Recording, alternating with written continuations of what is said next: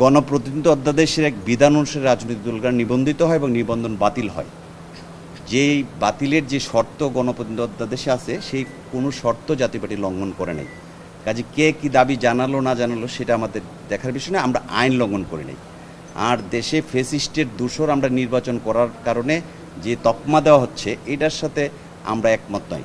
নির্বাচন কমিশন একটি স্বাধীন প্রতিষ্ঠান, এই স্বাধীন প্রতিষ্ঠান নির্বাচনের আহ্বান করেছে। রাজনৈতিক দলের ইচ্ছা, স্বাধীনতা আছে যে সে নির্বাচনে অংশগ্রহণ করতে পারে, আবার বর্জনও করতে পারে। এই নির্বাচনে অনেকে বর্জন করছে, 3 নির্বাচনে অনেকে অংশগ্রহণ করেছে।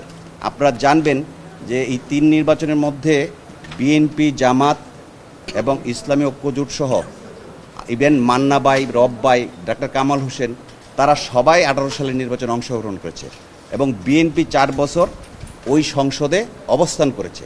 যদি এই নির্বাচনগুলা অবৈধ হয়, তাহলে বিএনপির অংশগ্রহণটা অবৈধ। তাহলে জাতীয় পার্টিকে যদি এই অংশগ্রহণের কারণে বাতিলের দাবি ওঠে, তাহলে বিএনপি, ইসলাম, এই চরমনায়ের পীর সাহেবের দল সহ যে 31টা দল নির্বাচনে অংশগ্রহণ করছে, তাহলে নির্বাচনে অংশগ্রহণ যদি অপরাধ হয়, তাহলে এই 31টা দলই বাতিল হওয়ার মানে অপরাধী। এর বাইরে তো আমি কোন দেখি না আইনের ব্যত্যয়। আগামী নির্বাচনে লেভেল প্লেইং ফিল্ড হলে তাহলে নেব। আমরা এখন পর্যন্ত লেভেল প্লেইং ফিল্ড দেখছি না। আমরা দেখছি যে একটি অংশকে পৃষ্ঠপোষকতা করছে।